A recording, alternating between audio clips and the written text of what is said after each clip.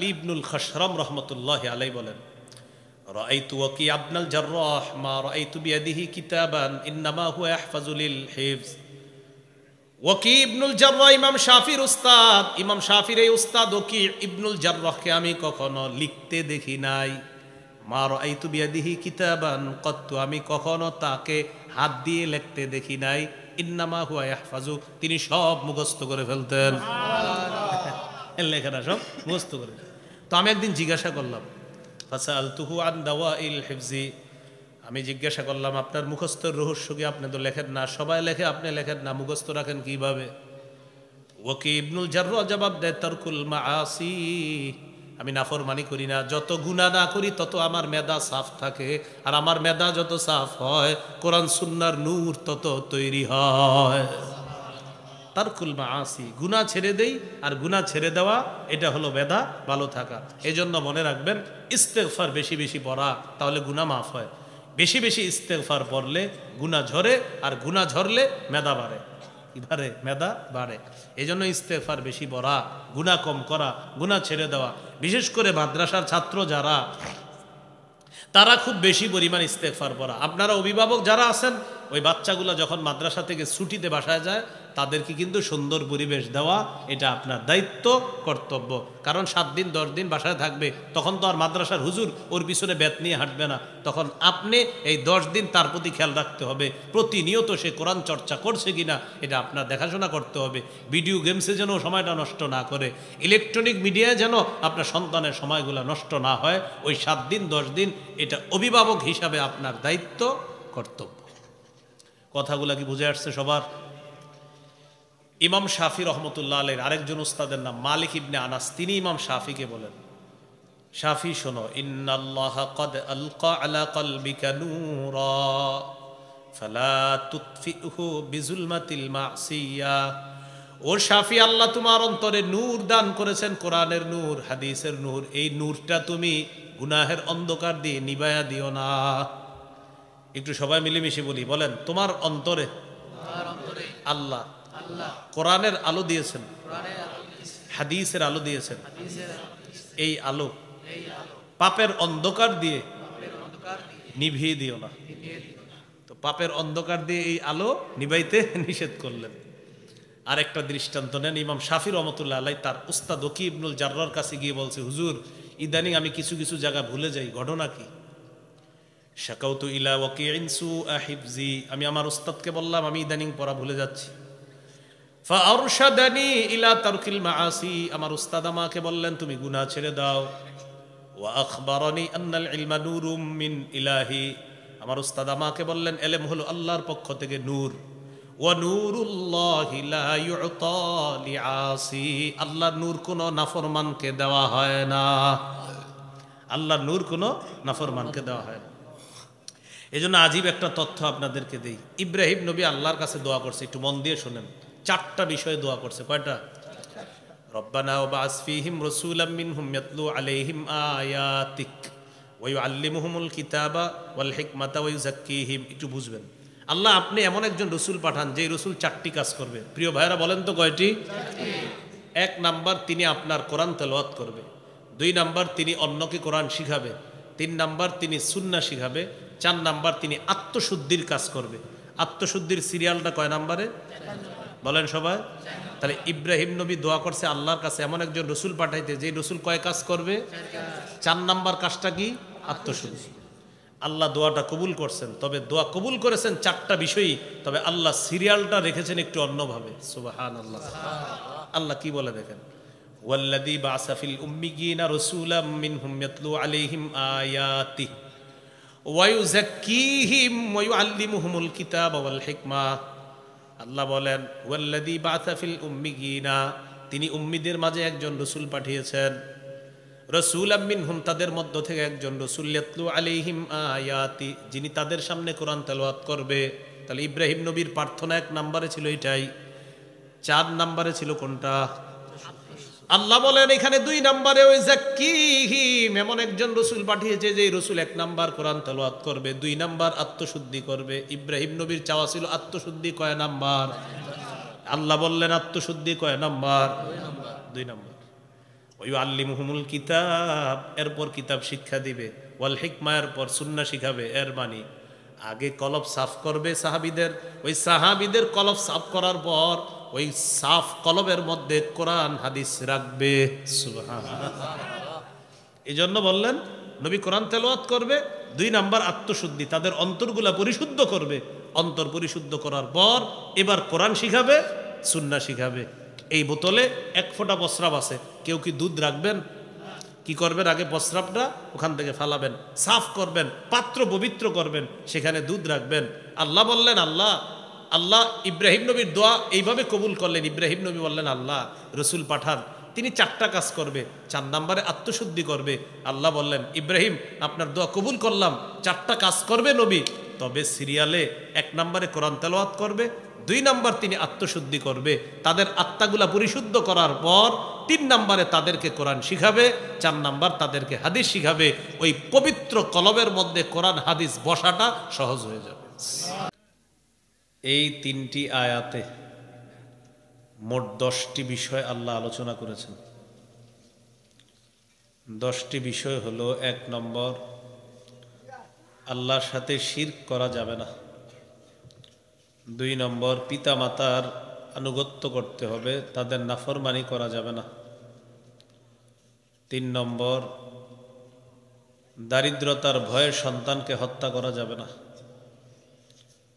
4 নম্বর, প্রকাশ্য পাপ, গোপন পাপ, প্রকাশ্য অশ্লীলতা, গোপন অশ্লীলতার কাছেও যাওয়া যাবে না। 5 নম্বর, অন্যায়ভাবে কাউকে হত্যা করা যাবে না। 6 নম্বর, এতিমের সম্পদের কাছেও যাওয়া যাবে না আত্মসাৎ করার জন্য। 7 নম্বর, মাপে ওজনে পরিপূর্ণ দিতে হবে, মাপে ওজনে পরিপূর্ণ দিতে হবে, ইনসাফের সাথে ওজন করতে হবে, পরিমাপ করতে হবে। 8 নাম্বার, কথা বললে সত্য কথা বলতে হবে, যদি নিকট আত্মীয় কেউ সামনে থাকে আত্মীয়তার খাতিরে সত্যকে গোপন করা যাবে না, সত্য বলতে হবে। 9 নম্বর, আল্লাহর সাথে ওয়াদাগুলা রক্ষা করতে হবে।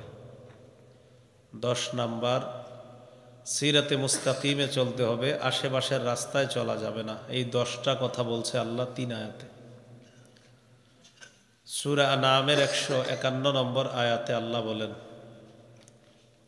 قل تعالوا أتل ما حرم ربكم عليكم ألا تشركوا به شيئا। নবী আপনি বলেন, তোমরা আসো, আতলু মা হাররামা রাব্বুকুম আলাইকুম আল্লা তুশরিকু বিহি শাইআ, তোমরা আসো আমি তোমাদেরকে তেলাওয়াত করে শোনাই। ভাই আওয়াজ বাড়ান না কিন্তু, তোমরা আসো আমি তোমাদেরকে তেলাওয়াত করে শোনাই। আল্লাহ তুশরিকু বিহি শাইআ, তোমরা আল্লাহর সাথে শিরিক করবা না। নবী আপনি বলেন, তোমরা আসো আমি তোমাদেরকে তেলাওয়াত করে শুনিয়ে দেই। 1 নম্বর, আল্লাহর সাথে শিরিক করবা না। সূরা লুকমানের 13 নম্বর আয়াতে আল্লাহ বলেন, وَإِذْ قَالَ لُقْمَانُ لِابْنِهِ وَهُوَ يَعِظُهُ يَا بُنَيَّ لَا تُشْرِكْ بِاللَّهِ। স্মরণ করুন ওই সময়কে যখন লোকমান তার সন্তানকে বললেন, হে প্রিয় সন্তান, আল্লাহর সাথে শিরিক করো না, শিরিক মহা জুলুম। ঈমান যারা আনছি আমরা, এই ঈমান শিরিকের সাথে সংমিশ্রণ করা যাবে না, তাহলে পরকাল বরবাদ। সূরা আনআমের 82 নম্বর আয়াতে আল্লাহ বলেন, আল্লাযীনা আমানু ওয়া লাম ইয়ালবিসু ঈমানাহুম বিযুলমিন উলাইকা লাহুমুল আমনু ওয়া হুম মুহতাদুন। যারা ঈমান এনেছে, ঈমানকে শিরিকের সাথে সংমিশ্রণ করেনি, তাদের জন্য আমি আল্লাহ নিরাপত্তা ঘোষণা করলাম। ওয়া হুম মুহতাদুন, তারা হেদায়েত প্রাপ্ত। কিছু শিরিক আছে লোক দেখানো ইবাদত, এটা গোপন শিরিক। লোক দেখানো ইবাদত, এটা হলো গোপন শিরিক। قال رسول الله صلى الله عليه وسلم إياكم وشرك السرائر রাসূলুল্লাহ সাল্লাল্লাহু আলাইহি সাল্লাম বলেন তোমরা গোপন শিরিক থেকে বাঁচো ক্বালু ওয়া মা শিরকুস সারাইর ইয়া রাসূলুল্লাহ সাহাবীগণ বললেন হুজুর গোপন শিরিক কি فقال رسول الله صلى الله عليه وسلم يقوم الرجل فيصلي فيزين صلاته جاهدا لما يرى من نظر الناس إليه মানুষ নামাজে দাঁড়ায় নামাজ সুন্দর করে এই নিয়তে যেন মানুষ তাকে দেখে প্রশংসা করে মানুষ নামাজ পড়ে নামাজ সুন্দর করে এই নিয়তে যেন মানুষ তার নামাজের প্রশংসা করে এটা গোপন শিরিক এটা রিয়া এটা লোক দেখানো ইবাদত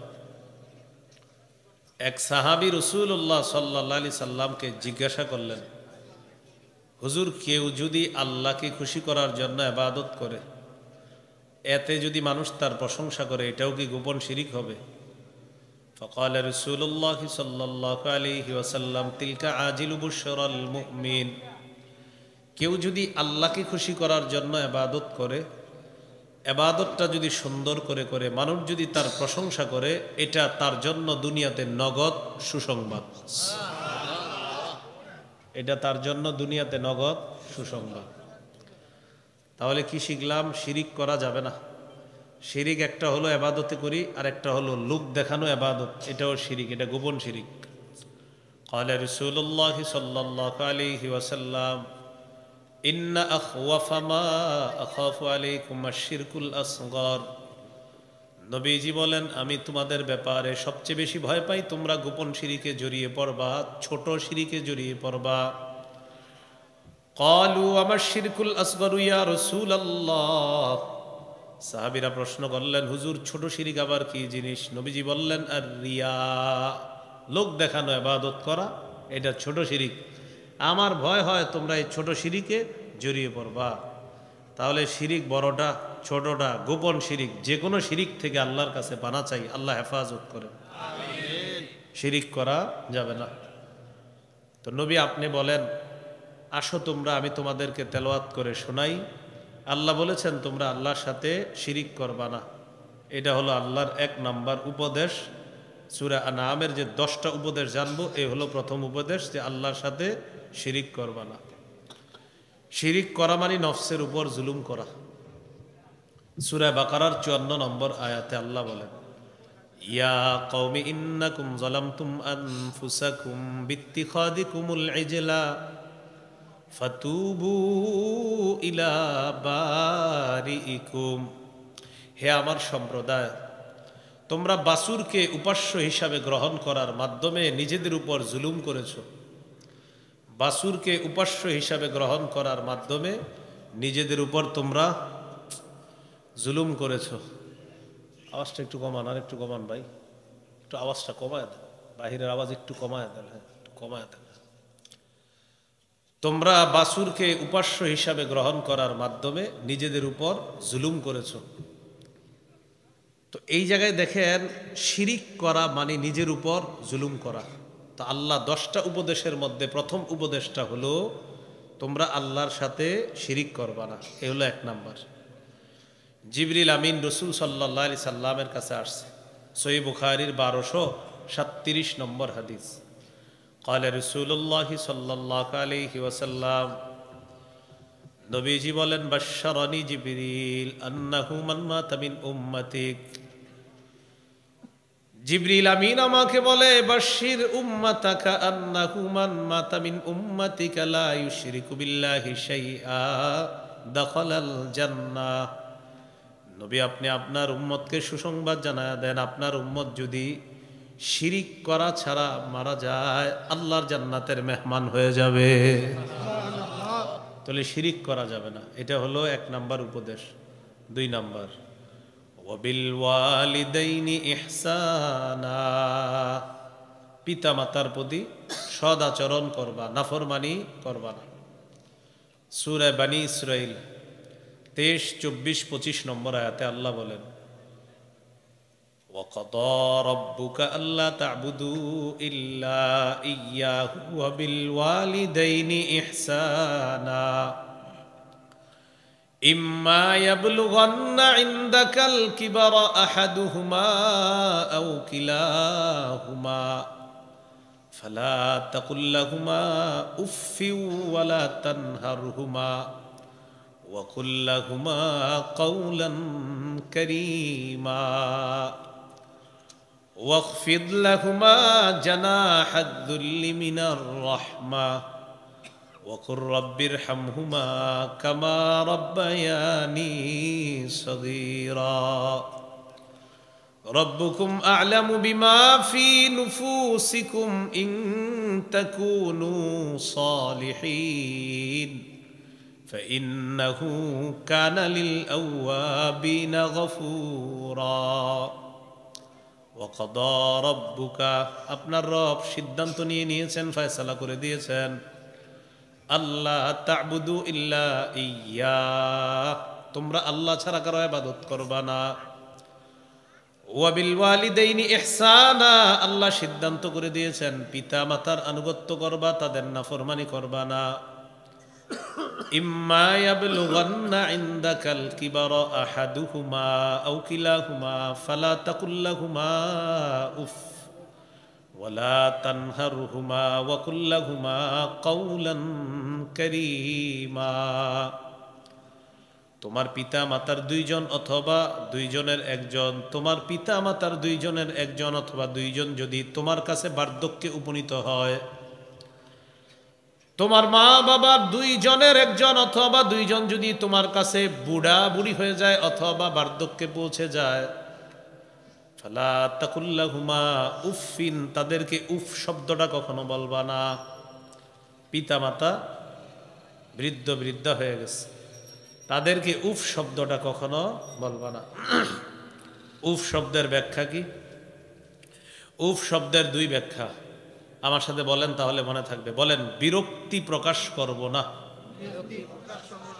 অথবা বিরক্তি সূচক কোন শব্দ মা বাবার সামনে উচ্চারণ করব না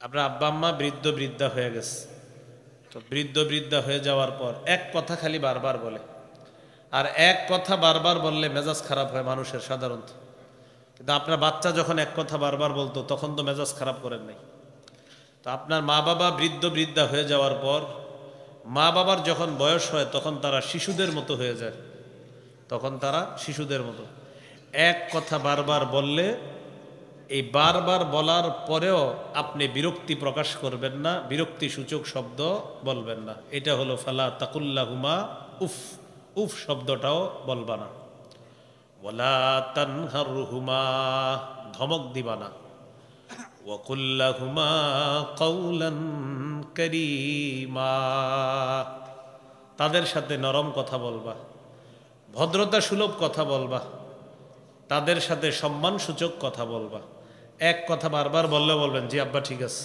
আম্মা ঠিক আছে আসলে কিন্তু ঠিক নেই অনেকগুলো অনেক কথা আছে যেটা আসলে ঠিক নেই তো এরপর আপনি বলবেন জি আব্বা ঠিক আছে জি আম্মা ঠিক আছে এইভাবে তাদের সামনে সুন্দরভাবে আপনি কথা বলতে হবে তো আপনি তো জানেন আসলে কোনটা করতে হবে কোনটা না করতে হবে কিন্তু মা বাবা যখন কিছু বলবে বৃদ্ধা হয়ে যাওয়ার পর আল্লাহ বলেন ওই সময় তোমার মা বাবা বলতেই পারে কিন্তু তুমি বিরক্তি প্রকাশ করবা না কারণ তুমি যখন ছোট্ট ছিলা ওরা তোমার মা বাবা একবারও তোমার উপর বিরক্ত হয়নি তো এই জন্য তুমি বিরক্তি প্রকাশ করবা না তাহলে কি শিখলাম মা বাবা কিছু বললেও যেটা এরকম হইতে পারে আপনার আসলে এটা সঠিক না এটা এরকম হইতে পারে কথাটা সঠিক না আপনি জি আব্বা আচ্ছা ঠিক আছে আম্মা ঠিক আছে আমি দেখতেছি জি দেখি কি করা যায় এইভাবে আপনি সুন্দরভাবে হাসি মুখে কথা বলবেন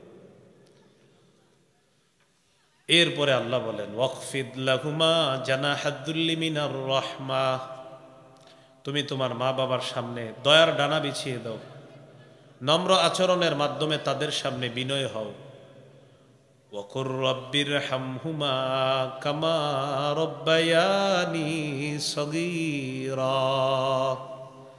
আর তুমি দোয়া করবা দোয়ার মধ্যে বলবা হে আমার রব আমার পিতা মাতার প্রতি আপনি দয়া করেন যেইভাবে তারা শৈশবে আমাকে লালন পালন করেছে আমাকে শৈশবে যেইভাবে মায়া করেছে, আদর করেছে, যত্ন করেছে, আল্লাহ আমার মা বাবার প্রতি তুমি ওইভাবে দয়া করো। এবার আপনি চিন্তা করেন, ছোট্টবেলায় আপনি আপনার বাচ্চাকে কি পরিমাণ ভালোবাসেন, ঠিক ওই দোয়াটাই আল্লাহকে করতেছেন। আল্লাহ আমার মা বাবা যেমন ছোটবেলা আমাকে লালন পালন করেছে, আল্লাহ মেহেরবানি করে আমার মা বাবার প্রতি তুমি এইভাবে দয়া করো। এটা আপনি দোয়া করবেন। তো এই গেল 24 নম্বর আয়াত। 25 নম্বর আয়াতের বিষয়বস্তুটা আগে একটু বুঝেন। মানুষ হিসাবে 2-4টা উল্টাপাল্টা আমাদের দ্বারা হয়ে যেতে পারে মা বাবার সামনেও, মানে আপনি নাউজুবিল্লাহ চেষ্টা করবেন কোনো বেয়াদবি যেন না হয়, এরপরে মানুষ হিসাবে হয়ে যেতে পারে। কিন্তু হয়ে গেল, আল্লাহ তো জানে আপনার মনে আপনার মা বাবার প্রতি কতটা ভালোবাসা, তাদেরকে আপনি কত ভালোবাসেন এটা আল্লাহ জানে। ভাই বাইরের আওয়াজটা একটু কমান, এরা খালি আওয়াজ বাড়াইতে চায়, আওয়াজ কমায়েন। আমি আমার বয়ান আওয়াজ বাড়ান না, খালি কমাবেন। হ্যাঁ, মা বাবা প্রতি যে আপনার টান আছে, দরদ আছে, এটা সবচেয়ে জানে কে? তো আল্লাহ বলেন রব্বুকুম আ'লামু বিমা ফি নুফুসিকুম, তোমাদের রব অধিক অবগত, বিমা ফি নুফুসিকুম, তোমাদের অন্তরে যা আছে এই ব্যাপারে তোমাদের রব অধিক অবগত। তোমাদের অন্তরে যে মোহাব্বত, ভালোবাসা, দয়া আছে এই ব্যাপারে তোমাদের রব অধিক জানেন। ইন তাকুনু সালিহিন, তোমরা যদি সৎ হও, নেককার হও, ফাইন্নাহু কানা লিল আওয়াবিনা গফুরা, বারবার যে আল্লাহর দিকে ফিরে আসে, আল্লাহর দিকে ঝুঁকে, আল্লাহ এই বান্দার জন্য ক্ষমাশীল, দয়াশীল। তাহলে মা বাবার প্রতি আমাদের কোনো আক্রোশ, আক্ষেপ আছে কিনা এটা আল্লাহ জানেন। এই জন্য আমাদের অন্তরের মধ্যে এই কথাটা রাখা যে মা বাবাকে আমরা ভালোবাসি, তাদেরকে আমরা মহাব্বত করি, তাদেরকে আমরা মায়া করি, এই কথাটা আমাদের দিলের মধ্যে থাকা। তো আল্লাহ বলেন তোমাদের অন্তরে কি আছে এটা আল্লাহ ভালো জানেন। তোমরা যদি নেককার হও, অনুগত বান্দাদের জন্য আল্লাহ ক্ষমাশীল, আল্লাহ দয়ালু। তাহলে 10টা উপদেশের মধ্যে 2 নাম্বারটা গেল পিতা মাতার প্রতি সদাচরণ করা। 3 নাম্বার ওয়ালা তাকতুলু আওলাদাকুম মিন ইমলাক, তোমরা তোমাদের সন্তানদেরকে দারিদ্রতার ভয়ে হত্যা করবা না। কে খাওয়াইবে এই ভয়ে হত্যা করবা না। নাহনু নারযুকুকুম ওয়া ইয়্যাহুম, আমি তোমাদেরকে রিজিক দেই, আমি তাদেরকেও রিজিক দেই। অভিভাবক যারা এক সন্তানের পরে 10 বছর 12 বছর সন্তান নেয় না, এই টেনশনে যে এটারে কে খাওয়াবে? আল্লাহ বলেন নাহনু নারযুকুকুম, আমি তোমাদেরকে খাওয়াই, ওয়া ইয়্যাহুম, যারা দুনিয়াতে আসবে তাদেরকেও রিজিকের ব্যবস্থা করে দেই। তাহলে বলেন বাপ মারে খাওয়ায় কে? সন্তান যারা আসবে দুনিয়াতে তাদেরকে খাওয়াবে কে? আল্লাহ খাওয়াবেন। এই জন্য এখান থেকে আমরা শিখলাম আমাদের রিজিকের ব্যবস্থা করেন আল্লাহ। তো সন্তান একটা হওয়ার পরে আরেকটা হয় না, কেন হয় না? কয় কে খাওয়াবে? নাউজুবিল্লাহ। সহিহ বুখারীর বর্ণনা 6861 নম্বর হাদিস। عن عبد الله بن مسعود رضي الله تعالى عنه قال قال رجل يا رسول الله أي الذنب أكبر عند الله, এক ব্যক্তি প্রশ্ন করলেন, আল্লাহ নবী আপনার কাছে জানতে চাই আল্লাহর কাছে সবচেয়ে বড় পাপ কোনটি? নবীজি বললেন আনতা দু'আ লিল্লাহি নিদ্দান ওয়া হুয়া খালাকাকা, তুমি আল্লাহর সাথে কোনো সমকক্ষ নির্ধারণ করা, যে আল্লাহ তোমাকে সৃষ্টি করেছেন এই আল্লাহর সাথে তুমি কোনো সমকক্ষ নির্ধারণ করা সবচেয়ে বড় পাপ। ক্বালা সুম্মা আইয়ুন ইয়া রাসূলুল্লাহ, হুজুর এরপর সবচেয়ে বড় পাপ কোনটি? নবীজি বললেন আনতা কুতুলা ওয়ালাদাকা মাখাফাতা আইয়াতআমা মাআক, তুমি তোমার সন্তানকে এই ভয়ে হত্যা করা, তোমার সন্তান তোমার খাদ্যে অংশগ্রহণ করবে এই ভয়ে তুমি তোমার সন্তানকে হত্যা করা। সবচেয়ে বড় পাপ কোনটি? বললেন শিরিক করা। প্রশ্ন করলেন এরপর কোনটি? নবীজি বললেন তুমি তোমার সন্তানকে এই ভয়ে হত্যা করা যে তোমার সন্তান তোমার খাদ্যে অংশগ্রহণ করবে, এই ভয়ে তুমি তোমার সন্তান হত্যা করা, এটা বড় পাপ। ক্বালা সুম্মা আইয়ুন ইয়া রাসূলুল্লাহ, হুজুর এরপর সবচেয়ে বড় পাপ কোনটি? নবীজি বললেন আন তুজানি বিহালিলাতি জারিকা, তুমি তোমার প্রতিবেশীর স্ত্রীর সাথে ব্যভিচার করা। প্রতিবেশীর স্ত্রীর সাথে ব্যভিচারে জড়িয়ে পড়া এইটা সবচেয়ে বড় পাপ। স্বামী বাহিরে আছে, তার অনুপস্থিতিতে এই মহিলার সাথে আপনি কোনো সম্পর্কে জড়িয়ে পড়া, এটা সবচেয়ে বড় পাপ। উচিত ছিল সে আপনাদের এলাকার আমানতদার ছিল আপনাদের কাছে। এই জন্য রাসূলুল্লাহ সাল্লাল্লাহু আলাইহি সাল্লাম বলেছেন, ইয়াকুম ওয়াদ-দুখুলা আলাল মুগীবাত, যাদের স্বামী বাহিরে আছে, প্রবাসে আছে, এই সমস্ত নারীদের কাছে তোমরা গমন করা থেকে বেঁচে থাকো, তাদের কাছে গমন করবা না।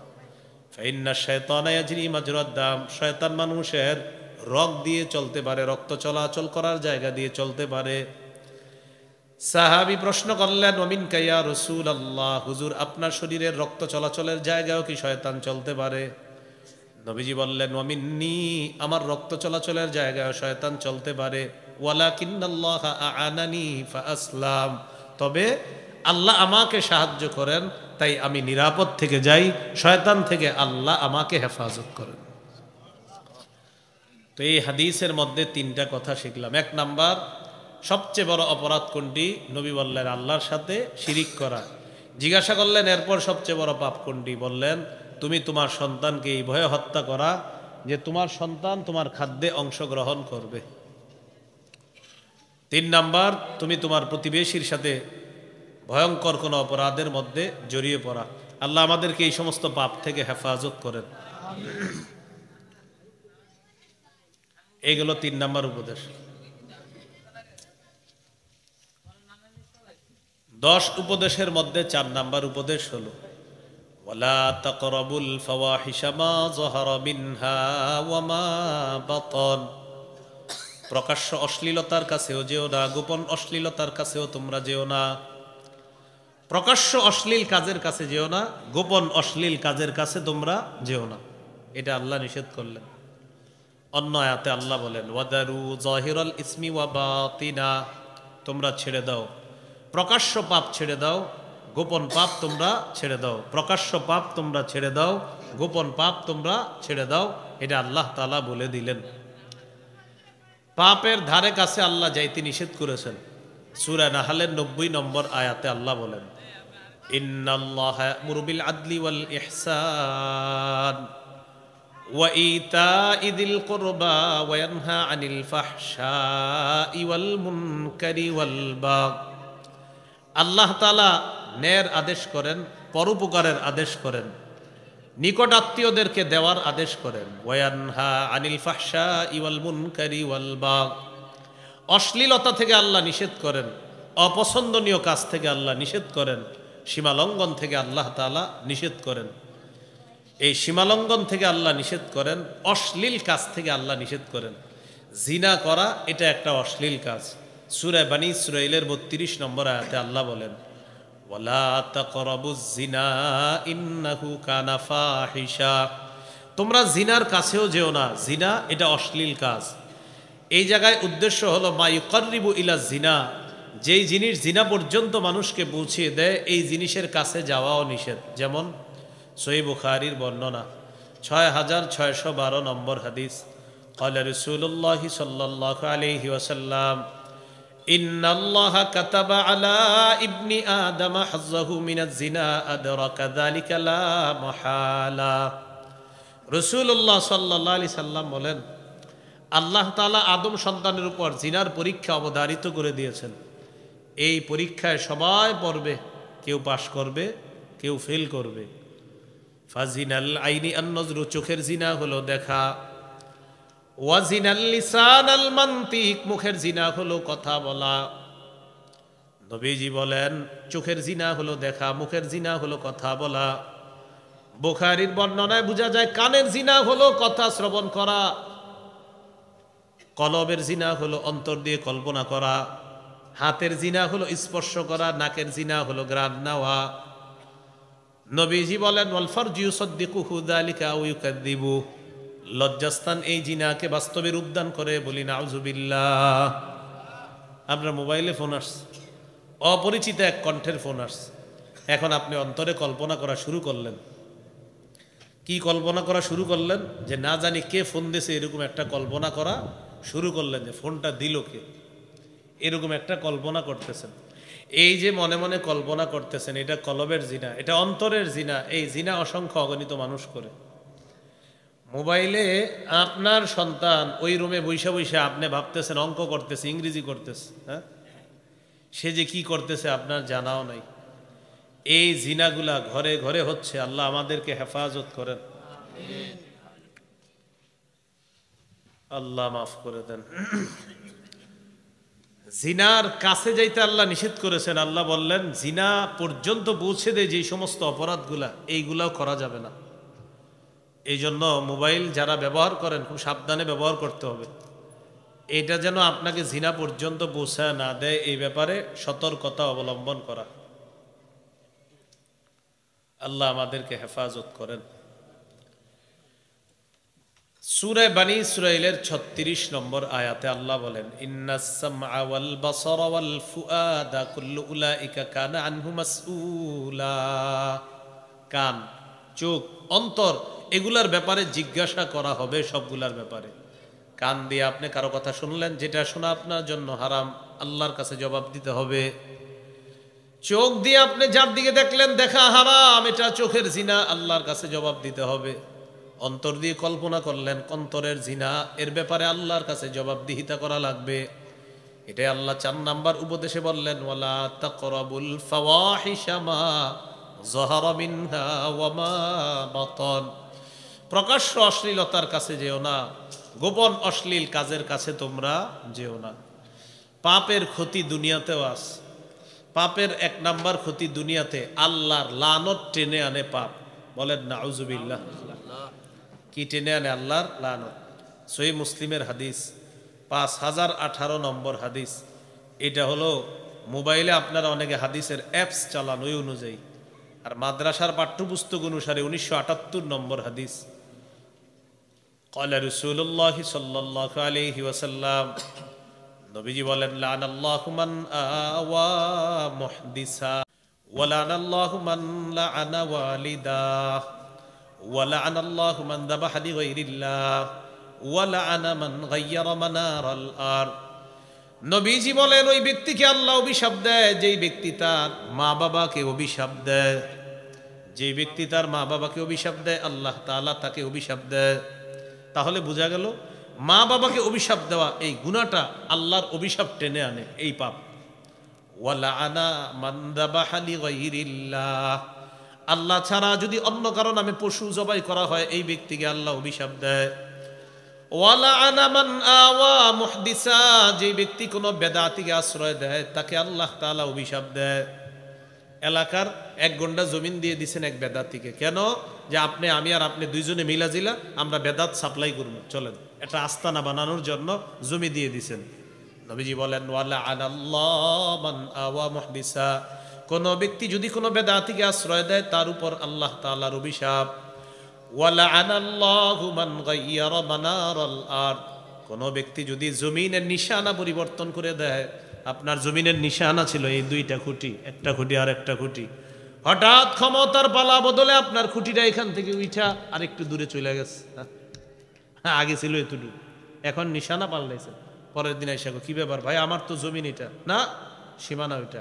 এই যে আপনি সীমানা পাল্টাইলেন, নবীজি বলেন এই অপরাধের কারণে যতদিন তুমি তাড়াতাড়ি তওবা না করবা আর সীমানা সঠিকটা না করবা, তোমার উপর আল্লাহর অভিশাপ চলতে থাকবে। এরকম ঘটনা ঘটেনি জমিনের? আমাদের দেশে জমিন নিয়ে ঝগড়া হয় এইভাবে, আমি আর উনি ঝগড়া করি, উনি বলে ওনার, আমি বলি আমার, আরে না আমার, উনি বলে ওনার। তো দুইজনের ঝগড়া মিটাইতে আসছে এই দেশের মানুষ। আয়সা বলতেছে দেখি ভাই তোমাদের অনেক দিনের ঝগড়া, তুমি বলতেছো তোমার, সে বলে তার। তখন এলাকাবাসীর কয়েকজন দায়িত্বশীল ভূমি অফিসে গেছে। ভূমি অফিসে গিয়ে দেখে আমারও জমিন না, এটা ওনারও না, এই দুইজনের কারণা এটা যার, ওই বেচারা মাজলুম হইয়া ভয়ে অন্য এলাকায় গিয়া পালায় রয়েছে, হ্যাঁ ভয়ে এই জমিনের কাছে আসে না। এটা হলো আপনার কিসের পালা বদলে? তো ক্ষমতার পালা বদল তো হয় না এখনো, হয়েছে নাকি? আরে ক্ষমতার কি পালা বদল হয়ে গেছে? তো এই জন্য আমি বুঝি না, অনেক মানুষ এমন জালেম হয়ে যাচ্ছে, বুঝাইতেছে যে আমি এখন পাওয়ার আছি। মানে কি আপনি এখন তো পাওয়ারই পরিবর্তন হয়নি, কি আবার কিসের পাওয়ারে আছে? মানে আমি অনেক সময় চিন্তা করি, মানে অনেকে ভাব ধরে যে আমি, আরে আপনিও এখনো তো হন নাই, এই গিয়ার তো আসে নাই এখনো। এই জন্য এই বিষয়গুলা খুব মাথায় রাখা ভাই। জমিনের নিশানা পরিবর্তন যে করবে তার উপর আল্লাহর অভিশাপ, বলেন নাউজুবিল্লাহ। আল্লাহ আমাদেরকে হেফাজত করেন। সহিহ বুখারীর বর্ণনা 6783 নম্বর হাদিস। قال رسول الله صلى الله عليه وسلم لعن الله السارق يسرق البيض ويسرق الحبل। নবীজি বলেন ওই চোরকে আল্লাহ অভিশাপ দেয় যে চোর ডিম চুরি করে। কি চুরি করে? তাহলে চিন্তা করেন ডিমের মারে চুরি করলে কি হবে? ডিম চুরি করলে অভিশাপ আল্লাহর, আর ডিমের মা যে তারে চুরি করলে কি হবে? ডিমের মা থেকে একটু বড় হাঁস চুরি করলে কি হবে? একটু বড় ছাগল চুরি করলে কি হবে? আর যে এলাকায় গরু চুরি হয় এটার কি হবে? হ্যাঁ, নবীজি বলেন লানাল্লাহুস সারিকা ইয়াসরিকুল বাইদাতা, যেই ব্যক্তি ডিম চুরি করে আল্লাহ তার উপর অভিশাপ দেয়। ওয়া ইয়াসরিকুল হাবলা, যেই ব্যক্তি গরুর ওটের রশি চুরি করে তাকে আল্লাহ অভিশাপ দেয়। চুরি করতে আসছিল গরু, রশি নিয়ে গেছে, গরু নিতে পারে নাই, এই রশি চুরির অভিযোগ এই ব্যক্তির উপর আল্লাহ অভিশাপ দেয়। তাহলে চিন্তা করেন যদি গরু নিত তাহলে কি হবে? গরুর শুধু রশিটা চুরি করে নিস, তার উপরে আল্লাহর অভিশাপ। তাহলে এখান থেকে এটা যদিও একটু হাসি উঠতেছে আমাদের, কিন্তু গুরুত্বপূর্ণ বিষয় হলো গরুর রশি চুরি করলে যদি আল্লাহর অভিশাপ হয়, তো গরু চুরি করলে তো ভয়ঙ্কর অপরাধ। হ্যাঁ, আল্লাহ আমাদেরকে হেফাজত করেন। কি শিখতেছিলাম? পাপ আল্লাহর গজব টেনে আনে, আল্লাহর অভিশাপ টেনে আনে দুনিয়াতে। আর একটা উদাহরণ দেই, আবু দাউদের হাদিস 3474 নম্বর হাদিস, 3674 নম্বর হাদিসও আছে। قال رسول الله صلى الله عليه وسلم لعن الله الخمر وشاربها وساقيها وبائعها ومبتاعها وعاصرها ومعتصرها وحاملها والمحمولة إليه। নবীজি বলেন আল্লাহ মদকে অভিশাপ দেয়। কাকে? মাদক দ্রব্যকে আল্লাহ অভিশাপ দেয়। মাদক দ্রব্য দ্বারা উদ্দেশ্য ইয়াবা, বাবা, গাঁজা, হিরোইন, ফেন্সিডিল, আফিম, কানাডা ড্রাই, মাস্তুত, শ্যাম্পেন, বিয়ার, ডাইল ইত্যাদি সব। হ্যাঁ, ওই যে নাম পাল্টা অনেকে রাখে, এই তুমি মদ খাইছো কা? কয় মদ না তো, এটা বিয়ার, মানে নাম পাল্টায় দেয়। নাম পাল্টায় যে মানুষ মদ খাবে এটাও নবীজি বলছে। ইবনে মাজার 4020 নম্বর হাদিসে আছে। قال رسول الله صلى الله عليه وسلم لا يشربن ناس من امتي الخمر يسمونها بغير اسمها। নবীজি বলেন আমার উম্মতের একদল মদ পান করবে, মদের নামটা তারা পাল্টায়া দিবে, মদ দিবে না, নাম দিবে অন্য, মানে স্টাইলিস্ট হবে আর কি। ওই মদের বোতলে মানে মদ নাম থাকবে না, একটু স্টাইলিস্ট হবে সে, যে কি এটা বিয়ার, এটা শ্যাম্পেন, এরকম বলবে, মানে এটা মদ না, এটা তো মদই, মাদক। নবীজি বলেন লানাল্লাহুল খামরা, আল্লাহ মদকে অভিশাপ দেয়। ওয়া শারিবাহা, মদ পানকারীকে অভিশাপ দেয়। ওয়া সাকিয়াহা, যে পরিবেশন করে তাকে আল্লাহ অভিশাপ দেয়। ওয়া বাইআহা, যে মদ বিক্রি করে তাকে আল্লাহ অভিশাপ দেয়। ওয়া মুবতাআহা, মাদক দ্রব্য যে কিনে তাকে আল্লাহ অভিশাপ দেয়। অনেকে মাইকে আইসা বলবে, দেখবেন এরকম এই জায়গায় এসেও বলবে, এলাকাবাসী আপনারা মাদক দ্রব্য নিয়ন্ত্রণ করার জন্য যা যা লাগবে বলবেন, আমরা নিয়ন্ত্রণ করব। যেখানে মাদক দ্রব্য পাবেন আমাদেরকে জানাবেন, আমরা কঠিন অ্যাকশন নিব। খোঁজ নিয়ে দেখা যায় এই মাদক দ্রব্য বেশি ব্যবসা করে, এমনি নামাজ রোজা পড়ে, কিন্তু মাদক দ্রব্য উনি এমনি ধরে না, সব ফোনে কাজ করায়। তো এরকম মাদক যে ব্যবসা করে, যে কিনে, তার উপরে আল্লাহর অভিশাপ। 6 নাম্বার ওয়া আসিরাহা, যে মদ উৎপাদন করে তার উপর অভিশাপ। ওয়া মুআতাসিরাহা, যে পরিশোধন করে, এটার নাম দেয় বিভিন্ন নাম, বাংলা মদ, অঙ্ক মদ, অঙ্ক মদ তো না, বাংলা আরো অনেক নাম দেয়। এই যে পরিশোধন করে যে নাম দেয় তার উপর আল্লাহর অভিশাপ। ওয়া হামিলাহা, মদ যে বহন করে নিয়ে যায় তার উপর আল্লাহর অভিশাপ। আপনি গাড়ি চালান, আপনি জানেন যে আপনার এই গাড়িতে মাদক দ্রব্য দিয়ে দিছে, যদি জেনে শুনে নেন আপনার উপর অভিশাপ। একটা হলো আপনি জানেন না, তার তো কিছু করার নেই, আর একটা হলো আপনি জানেন, বাস চাই না সত্ত্বেও যদি বহন করেন, আপনার উপর আল্লাহর অভিশাপ। ওয়াল মাহমুলাতা ইলাইহি, আর যার কাছে বহন করে নিয়ে যাওয়া হচ্ছে তার উপর আল্লাহর অভিশাপ। আপনাদের অনেক ভাই ব্রাদার বিভিন্ন জায়গায় চাকরি করে বিদেশে, তো চাকরি হালাল অংশ আছে, আবার কিছু অংশ আছে এরকম যে বসদের সামনে মদ দিতে হয় ইত্যাদি, বইলা দিয়েন এটা করো না।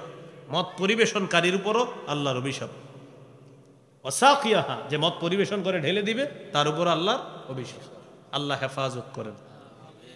তাহলে ভাই কি শিখলাম? মাদক দ্রব্য এই ভয়ঙ্কর গুনাহটার কারণে আল্লাহর অভিশাপ দুনিয়াতে আসে। এটা প্রকাশ্যে হোক পাপটা আর গোপনে হোক, এই পাপের কারণে আল্লাহর অভিশাপ আসে। তাহলে পাপের 1 নাম্বার একটা ক্ষতি জানলাম, আল্লাহর অভিশাপ দুনিয়াতে আসে। পাপের 2 নাম্বার ক্ষতি, পাপ করতে করতে মানুষ এমন অবস্থা হয় যে পাপ ওই পাপীকে লাঞ্ছিত করে ছাড়ে। নিয়মিত পাপ করলে পাপ পাপীকে লাঞ্ছিত করে ছাড়ে। আব্দুল্লাহ ইবনে মুবারক রহমতুল্লাহি আলাইহি বলেন, রাআইতুজ যুনুবা তুমিতুল কুলুবা ওয়া ক্বাদ ইউরিসু যিল্লা ইদমানুহা।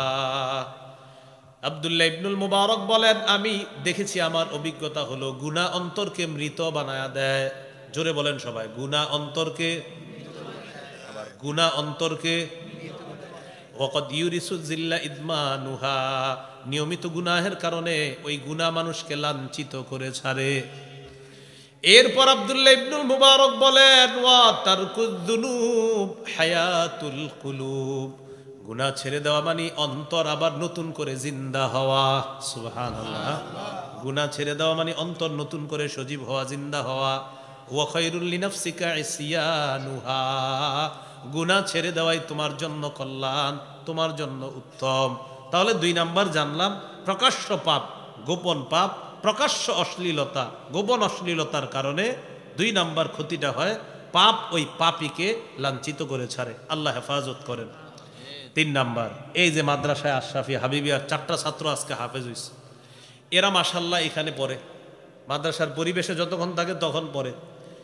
এখন ওরা যখন 7 দিনের জন্য ছুটিতে বাড়িতে যায়, 10 দিনের জন্য যায়, তখন কি আর হুজুররা ওদেরকে দেখাশোনা করতে পারবে বলেন? কারণ এক এক হুজুর তার এক এক বাড়িতে বেড়াইতে যাবে। এই যে 7 দিন আপনার ছেলেটা আপনার বাড়িতে বেড়াইতে যাবে, এই 7 দিন পরে মাদ্রাসা আসে, হুজুরে বলে, কি অবস্থা তোমার 30 পারা কোরআনের কি খবর? কয় হুজুর ওই সাইড দিয়ে কিছু ভুলে গেছে। ওই সাইড দিয়ে কেন ভুললা? ওই যে 7 দিন 10 দিন বাড়িতে ছিল, মা বাবা মাশাআল্লাহ ঘরের মধ্যে একটা লাগায় রাখছে টেলিভিশন। এখন ওই ছেলে টেলিভিশন দেখে, মা বাপের থাক, বাচ্চা মানুষ আইসি একটু, এই বইলা বইলা আপনার এই 7 দিন ওরে ইলেকট্রনিক মিডিয়ার গুনাহের মধ্যে এমনভাবে জড়ায় রাখে যে এক পর্যায়ে তখন ওর অবস্থা এমন হয়, এই ইলেকট্রনিক মিডিয়ার গুনাহের কারণে ওর ভিতরের আপনার যে কোরআনের মুখস্থ বিদ্যাটা আছে এটা ভুলে যায়। কথাটা কি বুঝে আসছে সবার? এই জন্য হাফেজে কোরআন যারা আছে, মেহেরবানি করে বাড়ির পরিবেশে যেয়ে আমরা প্রতিদিন পড়ার চেষ্টা করব কোরআনটা। তো গুনাহের 3 নাম্বার ক্ষতি হলো, গুনাহের কারণে কোরআন সুন্নার যে বিদ্যা অন্তরে আল্লাহ দান করেন, এই বিদ্যাটা আল্লাহ ছিনায় নেয়, আল্লাহ উঠায় নেয় গুনাহের কারণে। হ্যাঁ, তো বাড়ির ভিতরে একটা মাইক দিতেন ছোট্ট, তো ছোট্ট মাইক দিলে তো হয়েছি, মাইকের সাউন্ড ওখানে নাই। হ্যাঁ, মাইক ঠিক করতে পারেন না আপনারা, আমি বলে দেয় আজকে শোনেন, পিছন থেকে 2টা মাইক দিবেন, সামনে থেকে, ওই সামনের মাইক দিবেন না। কারি সাহেব এইভাবে কেরাত পরে কেন বলেন আমাদের? কারি সাহেব এইভাবে কেরাত কেন পরে? যেন কারি সাহেব তার আওয়াজটা শুনে। আপনার পিছন থেকে তো কোনো মাইক দেন নাই, নাম্বার 1। নাম্বার 2, মহিলাদের প্যান্ডেলে ছোট্ট একটা মাইক দিবেন, আমার বয়ানে বিশেষ করে। আমার বয়ানে পুরো দুনিয়াবাসীরে নষ্ট করবেন না, যাক আজকে দেন, কিন্তু আমার বয়ানের সময় অন্য যে কোনো জায়গায় এলাকায় আসলে মহিলাদের প্যান্ডেলে ছোট্ট একটা মাইক রাখবেন, ওই মাইকে ওয়াজ তারা শুনবে, আর এখানের মাইকে ওয়াজ তারা শুনবে, এলাকার ঘুম ডিস্টার্ব করা যাবে না, এটা কিন্তু মাথায় রাখতে হবে। হ্যাঁ, তো গুনাহের 3 নাম্বার ক্ষতি দুনিয়াতে, সেটা হলো কি, আপনার গুনাহের কারণে আল্লাহ প্রদত্ত কোরআন হাদিসের যে নূর আল্লাহ দান করে, এটা আল্লাহ ছিনায় নেয়। এটা আল্লাহ কি করে? ছিনায় নেয়। প্রিয় এলাকাবাসী, কষ্ট নিয়েন না, মাহফিল করলে বান্দার হকের প্রতিও আপনারা খেয়াল রাখেন আল্লাহর রাস্তা। বিশেষ করে একটু দেখেন, এখন প্রায় 12টার কাছাকাছি, অনেক মানুষ ঘুমাবে, এটার কারণে ঘুমাতে পারতেছে না।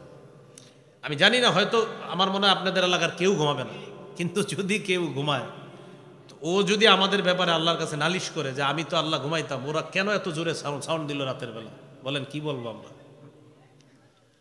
এই জন্য সূরা নাবা আছে, ওয়া জাআলনা নাওমাকুম সুবাতা, আল্লাহ বলেছেন ওয়া জাআলনা লাইলা লিবাসা, আমি রাত বানিয়েছি পোশাক স্বরূপ, তোমরা আরাম করবা, এই জন্য বানাইছি রাত।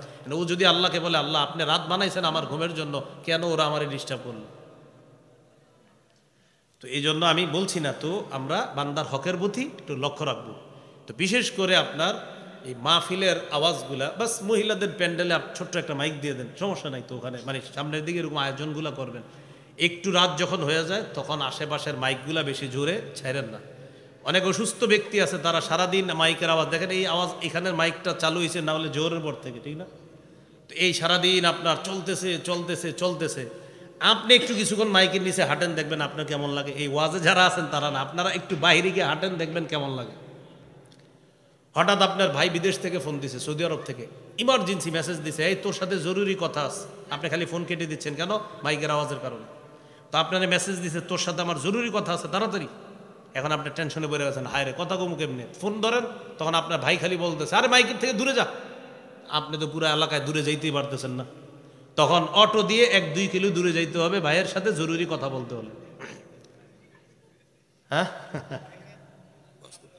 হ্যাঁ, আচ্ছা যাই হোক, তো বলছিলাম একটু রাত হয়ে গেলে না, এটা সমস্যা না, এটা হয়ে যায়। তো এই জন্য আমরা একটু বান্দাদের হকের প্রতি খেয়াল রাখবো, বলেন ইনশাআল্লাহ। হ্যাঁ, আল্লাহ আমাদেরকে যেই কোনো ক্ষেত্রে বান্দার হক যেন আমরা নষ্ট না করি, কথাগুলা সবচেয়ে গুরুত্ব দিতে হবে। আল্লাহ আমাদেরকে কথাগুলা মনে রাখার তৌফিক দান করেন। বান্দার হক বান্দা মাফ না করা পর্যন্ত কিন্তু আল্লাহ মাফ করে না। এই জন্য আপনাদের কথাটা বললাম, আশা করি কথাটা ভালোভাবে আপনারা নেবেন ইনশাআল্লাহ। পাপের দুনিয়াবি 3 নাম্বার ক্ষতি হলো কোরআন সুন্নাহর বিদ্যা আল্লাহ ছিনায় নেয় পাপের কারণে। আব্দুল্লাহ ইবনে মাসউদ রাদিয়াল্লাহু তাআলা আনহু বলেন, ইন্নী লা আহসিবু আন্না রাজুলা ইয়ানসাল ইলমা ক্বাদ আলিমাহু বিযামবি ইয়ামালুহু। আব্দুল্লাহ ইবনে মাসউদ রাদিয়াল্লাহু তাআলা আনহু বলেন, আমার অভিজ্ঞতা হলো মানুষ তার জানা বিদ্যাটা ভুলে যায় পাপের কারণে। মানুষ তার জানা বিদ্যা ভুলে যায় পাপের কারণে। মানুষ একটা বিদ্যা জানে, এটা ভুলে যায় পাপের কারণে। কালকে রাত্রেও আপনার একটা বিদ্যা মুখস্থ ছিল, সকালে এসে বলতেছেন, হুজুর রাত্রেও মুখস্থ ছিল, ঘটনা কি ভুলে গেলাম কেন? আব্দুল্লাহ ইবনে মাসউদ বলেন, মানুষ তার জানা বিদ্যাটা ভুলে যায় পাপের কারণে। হানাফি মাযহাবের ইমাম আবু হানিফা রাহমাতুল্লাহি আলাইহি, কানাল ইমাম আবু হানিফা রাহিমাহুল্লাহ ইযা আশকালাত আলাইহি মাসআলা। ইমাম আবু হানিফা যখন কোন মাসালায় যখন খটকা লাগতো, একটা মাসালায় খটকা লাগছে ওনার, এটা সমাধান আসতেছে না, ক্বালা লি আসহাবিহি আহাদা ইল্লা লিযামবিন ক্বাদ আহদাসতুহু। ছাত্রদেরকে লক্ষ্য করে বলতেন, আমার মনে হয় কোনো গুনাহ হয়ে গিয়েছে, এই গুনাহের কারণে আমার মাসালাটার সমাধান হচ্ছে না। মাসালার সমাধান পায় না, তিনি বলেন আমার মনে হয় কোনো গুনাহ হয়েছে, এই কারণে আমি সমাধান পাইতেছি না। ওয়া কানা ইস্তাগফিরু, তখন তিনি ইস্তেগফার পড়া শুরু করতেন। ওয়া রুবামা কামা সাল্লাহ, কখনো কখনো নামাজের মধ্যে তিনি দাঁড়িয়ে যাইতেন। ফাতানকাশিফা লাহুল মাসআলা, আল্লাহ তাআলার তৌফিকে আবু হানিফার মাসালা সমাধান হয়ে যায়। মাসালার সমাধান পাওয়ার পর ইমাম আবু হানিফা তার ছাত্রদেরকে বলতেন, রাজাউতু আন্নী তিবা আলাইয়া, একটু আগে আমার মাসালার সমাধান হয় নাই, আমি ইস্তেগফার পড়ছি, নামাজ পড়ছি, এখন আমার মাসালার সমাধান পেয়েছি, আর মানি আল্লাহ তাআলা আমার তওবা কবুল করেছেন। একটু আগে মাসালা খটকা লাগছে, তখন আমার মনে হয়েছে, আমার মনে হয় কোনো উলট পালট হয়ে গেছে, ইস্তেগফার পড়লাম, নামাজ পড়লাম, আর মাসালার সমাধান পেয়ে গেছি। আমি আশাবাদী যে আমার রব আমার উলট পালট হয়ে থাকলে এটা মাফ করে দিছেন, এই জন্য মাসালার সমাধান দিয়ে দিছেন। 3 নাম্বার আরেকটা উদাহরণ নেন, ওকি ইবনুল জাররাহ, ইমাম শাফি রহমতুল্লাহ আলাইহির উস্তাদ। কি আজীব উস্তাদ শোনেন তার ব্যাপারে। এই জন্য আল্লাহ তাআলা এইভাবে বললেন। তাহলে কি শিখলাম? কলবের মধ্যে কোরআন সুন্নাহ আল্লাহ দেয়, এটা গুনাহের অন্ধকার দিয়ে নষ্ট করা যাবে না। পাপের এই ছিল আপনার দুনিয়াবি 3 নাম্বার ক্ষতি। পাপের 4 নাম্বার একটা ক্ষতি, এটা যেহেতু হেফজখানা ছাত্ররা পাগড়ি নিয়েছে, তাদেরকে কেন্দ্র করে আমরা 4 নাম্বার ক্ষতিটা জানি।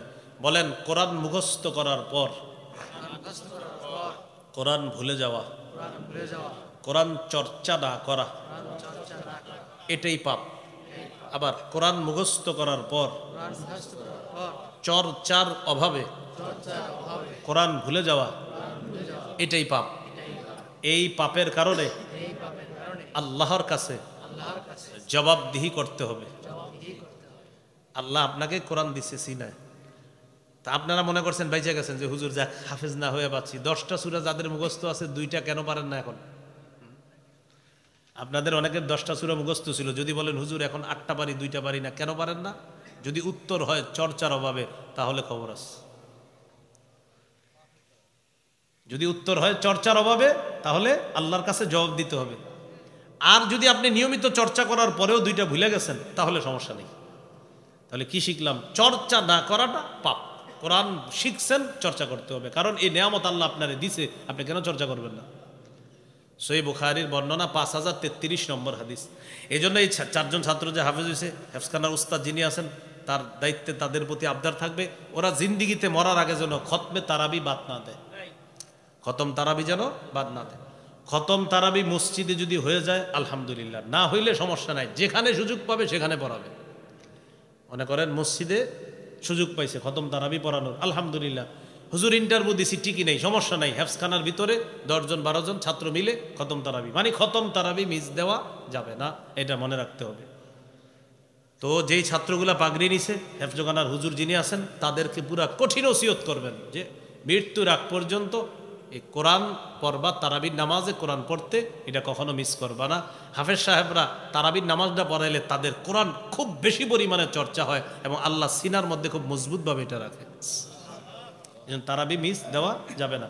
অভিভাবক যারা আছেন, আপনার সন্তান যদি হাফেজ হয়, ভাই হাফেজ, ওরে আপনি কোনো মসজিদে যদি চান্স পায় আলহামদুলিল্লাহ, পায় নাই আপনাদের ঘরেই তারাবির জামাত করেন, যে তুই আমাদেরকে তারাবি পড়া। এভাবে করোনা ভাইরাস হইল, মসজিদগুলাতে তারাবি বন্ধ ছিল প্রথম 7-8 দিন, অনুমতি দেয় নাই।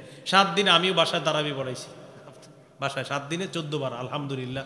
পরে আবার অনুমতি দিছে, তো পরে আবার আপনার ওই 23-24 রমজান পর্যন্ত একাই পুরা আবার 30 পারা মসজিদে। করোনার সময় হাফেজ সাহেব করোনার কারণে উনি যেখান থেকে আসতে পারে নাই, তো পরে একাই আলহামদুলিল্লাহ। এটা এই জন্য বললাম আপনাদেরকে তারাবি মিস না দেওয়া। এই বছর আল্লাহ যদি বাঁচায় রাখে, যেখানেই তারাবি পড়াই, এই বছর হবে 26 বছর। তো এই জন্য তারাবি মিস দেওয়া যাবে না। তো হাফেজ সাহেব যারা কোরআন চর্চা করার জন্য তারাবি এটা একটা গুরুত্বপূর্ণ অংশ। রমজান মাসে আমার ব্যস্ততা শুধু কোরআন, বাস, অন্য কোনো কাজে আমারে আপনি পাবেন না রমজানে, এই জন্য রমজানে মোটেই পাওয়া যায় না আমার। তো এই জন্য রমজান মাসে তো কোরআন পড়বই, সারা বছর কোরআন চর্চা করতে হবে। সহিহ বুখারীর 5033 নম্বর হাদিসের বর্ণনা, قال رسول الله صلى الله عليه وسلم تعاهدوا القرآن فوالذي نفسي بيده له أشد تفسيا من الإبل في عقلها। রাসূলুল্লাহ সাল্লাল্লাহু আলাইহি সাল্লাম বলেন, তোমরা কোরআন চর্চা করো, আল্লাহর কসম যদি কোরআন চর্চা না করো, বাদনহারা ওট যত দ্রুত তার গলার রশিটা খুলে দিলে ওট পালিয়ে যাবে, এর চেয়ে দ্রুত কোরআন তোমার সিনা থেকে পালিয়ে যাবে তুমি যদি কোরআন চর্চা না করো। আল্লাহ আমাদেরকে হেফাজত করেন। কোন আলোচনায় ছিলাম আপনাদের মনে আছে? প্রকাশ্য পাপ, গোপন পাপ না করা, পাপের শাস্তি দুনিয়াতে কিছু আছে যেগুলো আমরা জানলাম। এই হলো 4 নাম্বার, আল্লাহর 10 ওসিয়তের 4 নাম্বার ওসিয়ত এটা। 5 নাম্বার, ওয়ালা তাকতুলুন নাফসাল্লাতী হারামাল্লাহু ইল্লা বিল হক, অন্যায়ভাবে কাউকে হত্যা করবা না। যালিকুম ওয়াসাকুম বিহি লাআল্লাকুম তাআকিলুন। আল্লাহ তোমাদেরকে ওয়াজ করতেছেন, উপদেশ দিতেছেন, যাতে তোমরা উপদেশ গ্রহণ করো আর বুঝতে পারো ওয়াজগুলা। এই হলো সূরা আনামের 151 নম্বর আয়াতে 5টা ওয়াজ। 1 নাম্বার শিরিক করবা না, 2 নাম্বার পিতামাতার নাফরমানি করবা না, 3 নাম্বার দারিদ্রতার ভয়ে সন্তান হত্যা করবা না, 4 নাম্বার প্রকাশ্য গোপন পাপ অশ্লীলতার কাছে যাবা না, 5 নাম্বার অন্যায়ভাবে কোনো মানুষকে হত্যা করবা না। সূরা আনামের 52 নম্বর আয়াতে 6 নাম্বার দেখেন কি বলে আল্লাহ, ওয়ালা তাকরাবু মালাল ইয়াতীমি ইল্লা বিল্লাতী হিয়া আহসানু হাত্তা ইয়াবলুগা আশুদ্দা। এতিম পরিণত বয়সে পৌঁছার আগ পর্যন্ত এতিমের মালের কাছেও যাও না তুমি। আল্লাহ তাআলা অন্য আয়াতে বলেন, ইন্নাল্লাযীনা ইয়াকুলুনা আমওয়ালাল ইয়াতামা যুলমা ইন্নামা ইয়াকুলুনা ফি বুতুনিহিম নারা ওয়া সায়াসলাউনা সাঈরা। যারা এতিমের সম্পদ আত্মসাৎ করে, তারা পেটের মধ্যে আগুন ঢুকায়, তারা জাহান্নামে প্রবেশ করবে। বড় ভাই মারা গেছে, 3-4টা সন্তান আছে, এখন চাচায় খালি চিন্তা করে ভাতিজাদেরকে বুঝাইয়া কলমের খোসায় কেমনে জমিনটা নেওয়া যায়। হ্যাঁ, এরকম যদি চিন্তা ভাবনা করেন তাহলে আপনি কতদিন আর এটা খাবেন? মারা যাওয়ার পরেই শুরু হয়ে যাবে, কিন্তু পেটে আগুন ঢুকাইলেন আর জাহান্নামে প্রবেশ করবেন। বলি না আউযুবিল্লাহ। এতিমের ব্যাপারে খুব সাবধান। 7 নাম্বার, ওয়াউফুল কাইলা ওয়াল মিজানা বিল কিসত, ইনসাফের সাথে পরিমাপ করবা, ওজন করবা। ইনসাফের সাথে পরিমাপ করবা, ওজন করবা। আউফু মানে পরিপূর্ণ দিবা, এর আউফুল কাইলা মানে পরিপূর্ণ রূপে পরিমাপ করো, ওয়াল মিজানা পরিপূর্ণভাবে ওজন করো, বিল কিসতি ইনসাফের সাথে। তো টোটালটা মিলায় ইনসাফের সাথে পরিমাপটাও পরিপূর্ণ দিবা, ওজনটাও পরিপূর্ণ করে দিবা। এরপরে আল্লাহ অবশ্যই বলছেন লা নুকাল্লিফু নাফসান ইল্লা উসআহা, আমি সাধ্যের বাইরে কোনো মানুষকে কিছু চাপায়া দেই না। এটার উদ্দেশ্য হলো ওজনের সময় একটু এদিক সেদিক হতে পারে, একটু সামান্য, তা আল্লাহ বলেন এটা মাফ। একটু সামান্য এদিক সেদিক যদি হয়, এটা আমি আল্লাহ তো জানি যে তুমি কি ইচ্ছা করে সামান্য এদিক সেদিক করেছো কিনা, আমি জানি, এটা মাফ। সাধ্যের বাইরে কিছু চাপায়া দেয় না। এখানে পরামর্শ হলো ওলামায়ে কেরামের, আপনি ওজনে ওই একটু বেশি দিয়ে দিন, তাহলে আপনার মনে আর খটকা থাকবে না, যে আমার মনে যেন কোনো খটকা না থাকে, তখন আপনি ওজনে একটু বেশি দিয়ে দিলেন। এখন মানুষ বেশি দিবি দূরের কথা, 1 কেজি আপেল দেয়, এখানেও জালিয়াতি করে, কিভাবে আপনি অবাক হবেন। ওই ঠোঙ্গার এই পাশে একটা আপেল রেখে দেয়, তো রাখার পরে তো ঠোঙ্গাটা যখন আপনার দিবে আস্তে আপেলটা সরায় দেয়, আর ঠোঙ্গাটা আপনার দিয়ে দিচ্ছে। তো এটা তো ঠিক হলো না, আপনি বেশি দিবেন দূরের কথা, এখানে যে কাজটা করলেন এটা অন্যায় করলেন। এটা আল্লাহ সূরা আন-নামের 152 নম্বর আয়াতে বললেন যে সাবধান, পরিপূর্ণ দিলে পরিপূর্ণ দিতে হবে আপনার ওজন। তো এই জন্য বললাম, যদি আপনি মনরে শান্ত করতে চান একটু বেশি দিয়েন, কম দিয়েন না। এই গেল 7 নাম্বার। 8 নাম্বার, আলাইকুম বিসিদ, তোমরা সত্যকে অবধারিত করে নাও। ফাইন্না সিদকা ইয়াহদি ইলাল বীর, সত্য পুণ্যের রাস্তা দেখায়। ওয়াইন্নাল বিররা ইয়াহদি ইলাল জান্নাহ, পুণ্য মানুষকে জান্নাত পর্যন্ত পৌঁছায় দেয়। এই জন্য সত্য কথা বলা। 9 নাম্বার, রবি আহদিল্লাহি আউফু, আল্লাহর সাথে কৃত ওয়াদাগুলা পুরা করো। আল্লাহর সাথে ওয়াদা আমাদের শেষ নাই, প্রচুর ওয়াদায় আমরা আবদ্ধ আছি আল্লাহর সাথে। যতগুলা হুকুম করছে এই সবগুলা পালনের ক্ষেত্রে আমরা ওয়াদাবদ্ধ, যতগুলা নিষেধ করছে আল্লাহ সব নিষেধাজ্ঞা থেকে বাঁচার জন্য আমরা ওয়াদাবদ্ধ। আল্লাহ বলছে নামাজ পড়ো, ওয়াদাবদ্ধ। আল্লাহ বলছে সুদ খায়ও না, ওয়াদাবদ্ধ, কিন্তু আপনি খাইতেছেন। তো এই জন্যে যেগুলো আল্লাহ হুকুম করছেন এগুলা করা, অঙ্গীকার পুরা করা, যেগুলা নিষেধ করছেন এগুলা না করা, অঙ্গীকার পুরা করা। যালিকুম ওয়াসাকুম বিহি লাআল্লাকুম তাযাক্কারুন, আল্লাহ তোমাদেরকে ওয়াজ করেন যেন তোমরা উপদেশ গ্রহণ করতে পারো। এই হলো সূরা আনআমের 152 নম্বর আয়াতে 4টা, 151 নম্বর আয়াতে 5টা, 5 আর 4 কত হলো 9টা।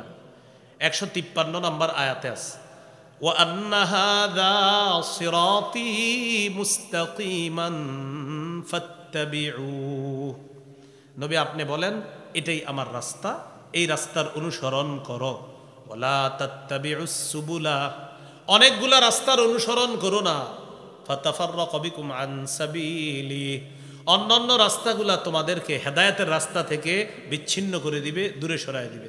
ওসমান রাদিয়াল্লাহু তাআলা আনহু বলেন, নবীজি একটা দাগ দিছে, সোজা একটা দাগ দিছে, আশেপাশে অনেকগুলা দাগ দিছে। দাগ দেওয়ার পর বললেন এটা হলো সিরাতে মুস্তাকিম, সোজা রাস্তা। আশেপাশের রাস্তাগুলা এক একটার মাথায় শয়তান বৈশা বলতেছে আসো তুমি জিনার দিকে আসো, আরেক মাথায় বৈশা বলতেছে আসো সুদের দিকে। এক এক রাস্তার মাথায় বসে এক এক শয়তান এক এক গুনাহের দিকে ডাকে। তো আল্লাহ তাআলা নবীকে বলতেছেন আপনি বলে দেন নবী, এটা আমার রাস্তা, এই সোজা রাস্তাটা আমার রাস্তা, এটার অনুসরণ করো। আশেপাশের রাস্তাগুলা অনুসরণ করবা না, যদি করো তাহলে তোমাদেরকে ওই আশেপাশের রাস্তাগুলা সঠিক রাস্তা থেকে বিচ্ছিন্ন করে দিবে, দূরে সরায়া দিবে। এই হলো 10 নাম্বার উপদেশ। যালিকুম ওয়াসাকুম বিহি লাআল্লাকুম তাত্তাকুন, আল্লাহ তোমাদেরকে উপদেশ দিচ্ছেন যাতে তোমরা মুত্তাকি হও। 3টা জায়গায় আল্লাহ 3 রকম বলছে। এক জায়গায় বলছেন লাআল্লাকুম তাকিলুন, যাতে বুঝো। আরেক জায়গায় বলছে লাআল্লাকুম তাযাক্কারুন, যাতে উপদেশ গ্রহণ করো। আরেক জায়গায় বললেন লাআল্লাকুম তাত্তাকুন, যাতে মুত্তাকি হও। মুত্তাকি হওয়াটা ফাইনাল কথা। কেন? একটা মানুষ মুত্তাকি হওয়া এটাই তার চূড়ান্ত সফলতা হওয়ার লক্ষণ।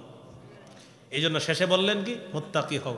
আর মুত্তাকিদের জন্যই তো আপনার ফাআম্মা মান খাফা মাকামা রাব্বিহি ওয়া নাহান নাফসা আনিল হাওয়া, যে রবের সামনে দাঁড়ানোর ভয় করে আর কুপ্রবৃত্তি থেকে যে বেঁচে থাকে, ফাইন্নাল জান্নাতা হিয়াল মাওয়া, জান্নাত হলো তার ঠিকানা। সূরা আবার 31 নম্বর আয়াতে এটাই আল্লাহ বলছেন ইন্নালিল মুত্তাকিনা মাফাজা, মুত্তাকিদের জন্যই সফলতা। তো এই জন্য প্রথম 151 নম্বর আয়াতে বলছে যাতে বুঝো, 152 নম্বর আয়াতে বলছে যাতে উপদেশ গ্রহণ করো, 153 নম্বর আয়াতে বলছে যাতে মুত্তাকি হও। হ্যাঁ, এই মুত্তাকি হওয়া এটাই হলো একটা মানুষের জীবনের শ্রেষ্ঠ লক্ষ্য হতে হবে, যেন মুত্তাকি হয়ে কবরে যাওয়া যায়।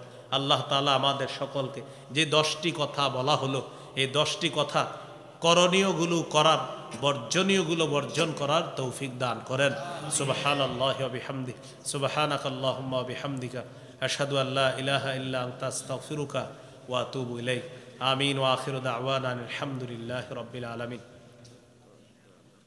اللهم صل على محمد وعلى آل محمد كما صليت على إبراهيم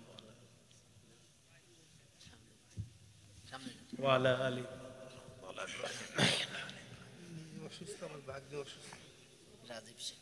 রাজীব শেখ, রিয়ন শেখ, দুই ভাই ইতালিতে থাকে, তাদের জন্য দোয়া চাওয়া হয়েছে, দোয়া করবো ইনশাআল্লাহ।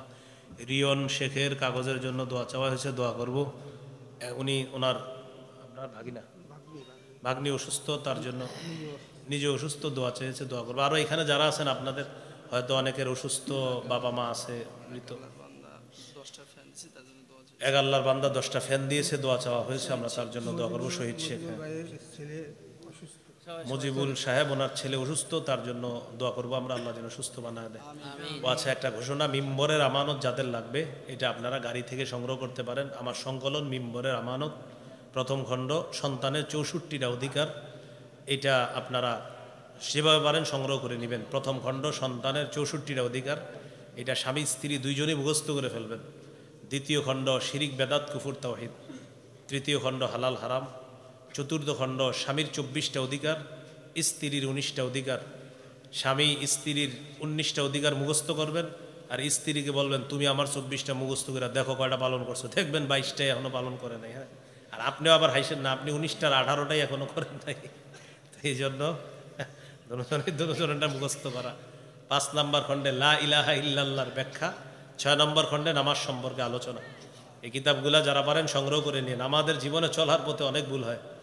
স্ত্রীকে কারণে অকারণে ঝাড়ি মারেন, ধমক দেন, কয় ক্ষেত্রে ধমক দেওয়া যাবে, কোথায় যাবে না, এইগুলা মাসালাগত বিষয়। আবার নারী যারা আছেন আপনারাও স্বামীদের ব্যাপারে কিছু মাসালা আছে, এই বিষয়গুলা খুব জেনে শুনে।